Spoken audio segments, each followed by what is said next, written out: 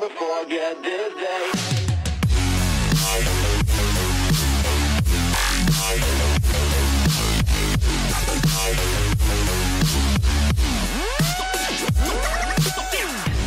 Stop it! I was like, look down and put your chin down a bit.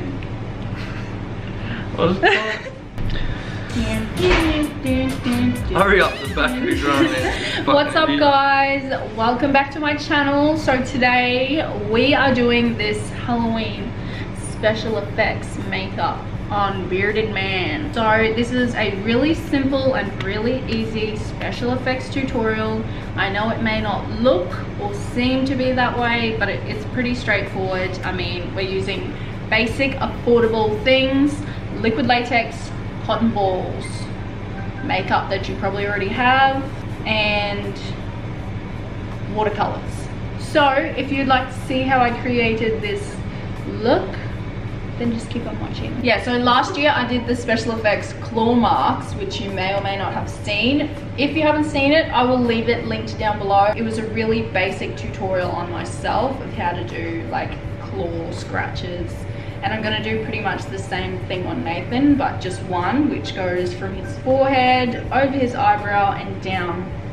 Probably just here in between the hairs of his mustache and his beard. Oh hey, I did not see you there. Sorry, yes, I'm doing a voiceover because I find it so much easier when doing Halloween looks, especially this one where I'm literally Speedy Gonzalez-ing through it. So I'm starting out with a brown eyeshadow on this paintbrush, and I am literally just sketching out my scratch, where I want it to be, what I want it to look like, etc, etc, etc. It doesn't have to be perfect, it's just a guideline. Then I'm going in with this spirit gum adhesive and I'm gluing down this tiny little piece of cheap bandage over the eyebrow, just so that I don't get any latex or anything like that on it. So I put the spirit gum above the hairs on the eyebrow and below the hairs on the eyebrow on the eyelid.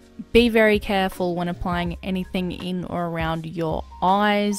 And here is said liquid latex, which I'm laying down with a sponge. I later changed to a brush because I hate applying this with sponges, honestly. And basically what I'm doing here is I'm starting to build up that scratch, cut, whatever the heck you want to call it. So to do that, I use the classic method of layering cotton wool pulled apart from like a cotton wool ball on top of latex. So I put the latex down first, as you saw me doing. Then, as you also saw me doing, I put the cotton wool on top. And now what I'm doing is I'm using more latex to smooth out and also build up the cut. So on the outer areas, I really smooth it to the skin and make sure it's flush so that it blends in. And on the inner areas, which you can see me doing right now, I build up the wool so that it kind of looks like, you know, a crevasse. You'll be able to see it kind of more in depth as I get closer and closer to the screen. But now what I'm doing is I'm building up the latex on top of that bandage. So the whole purpose of the bandage was so that we didn't have to lay anything on top of the eyebrow hairs themselves, because you would just literally rip them out fully if you laid any latex on top of them without a barrier. So that's what this bandage is for. So what I'm doing is I'm trying to get the latex as close to the outer parts of the bandage as possible without getting any latex on the eyebrow hairs themselves, and also like building up that barrier on the inside of the cut so that it looks like, you know, it's deep in your skin's torn.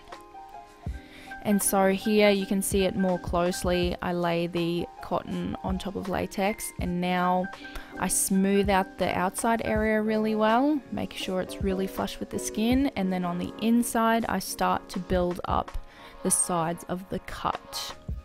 I'm sure there are literally billions and billions of latex and cotton tutorials that you can use if you're a bit confused with mine. Sorry, I'm not the greatest at explaining this.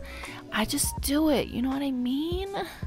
And it's okay if it's a bit jaggedy and raggedy like it is here, because, you know, it's not going to be perfect. It is a cut. We don't even know what caused it. Who did it? Who knows? And now what I'm doing is I'm building up the outer parts a bit more if I felt like, you know, they needed to be higher up off of the skin to make it a little bit more believable. And then I got this little tool which was amazing for smoothing out the edges and building up the inside part of the cut, as you see me doing here. And in hindsight, I would have liked to move the cut up a bit more, but you know, working on someone else, I really didn't want to go too close to the eye area because it is dangerous territory. However, on myself, I probably would have moved it up a bit more, you know. So I'm building up this bottom part because I felt like it could have been more raised from the skin. And on the top area, I left it completely open, as you can see, beneath the eye, because the scratch is continuing on from the forehead. So of course, you know, it would be open like that. Now what I'm doing here is I am covering that with foundation. So if I had have left this white, it would have looked ridiculous now, wouldn't it? So I just tried to match him, but you know, he is pale as hell, so I couldn't really match his skin that well, but you know, it's pretty good. It doesn't really matter because we will be covering it with blood in the coming seconds anyways. So I just really tried to cover all areas of the white cotton that you can see with foundation and then blending it out with a sponge. Beauty blenders are shook.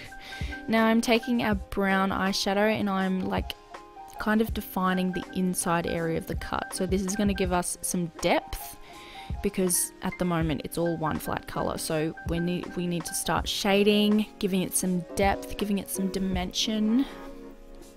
Throw some shade on there, girl. The scar community is shook.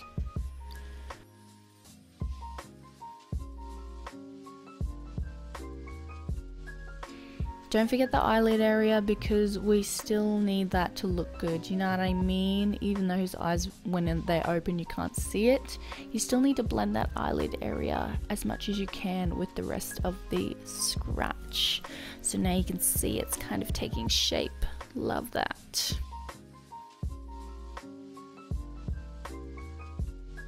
And now I go in with kind of a dark burgundy shade and just fill in the middle. So I kept that brown just on the perimeters to darken up, you know, the sides of the raised bits. And now this is just going all in between those areas, this burgundy shade, giving it some more depth and just bringing some color into it because this is all about layering colors.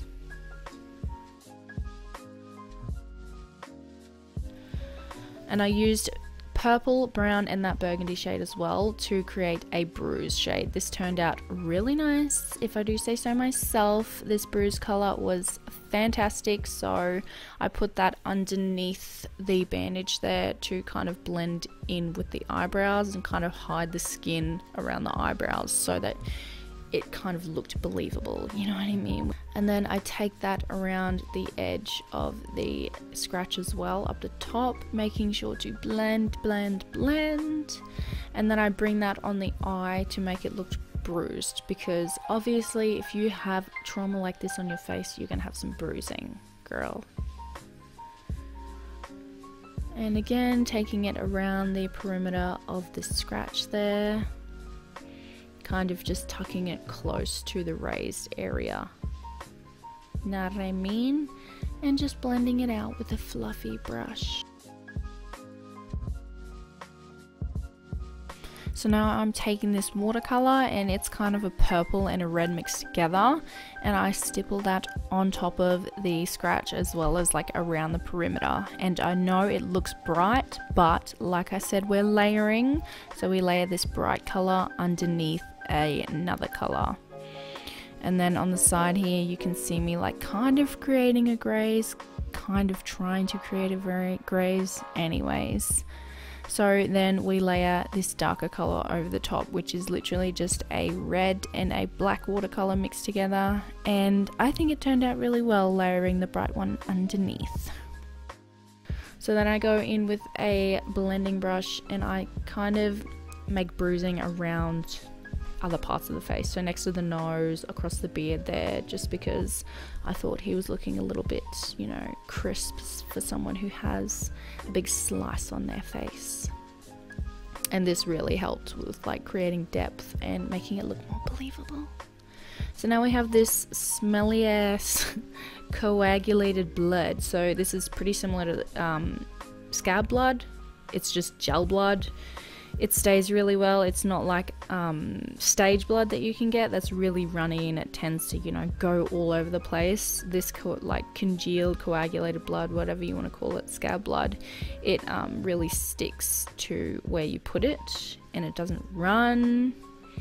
And you know, it's really glossy, and I just think it looks a lot better than if you had just gone in with a stage blood.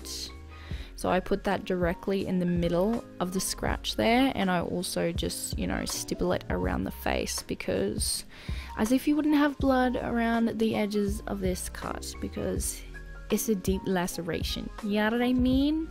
So just messy it up a bit however you please.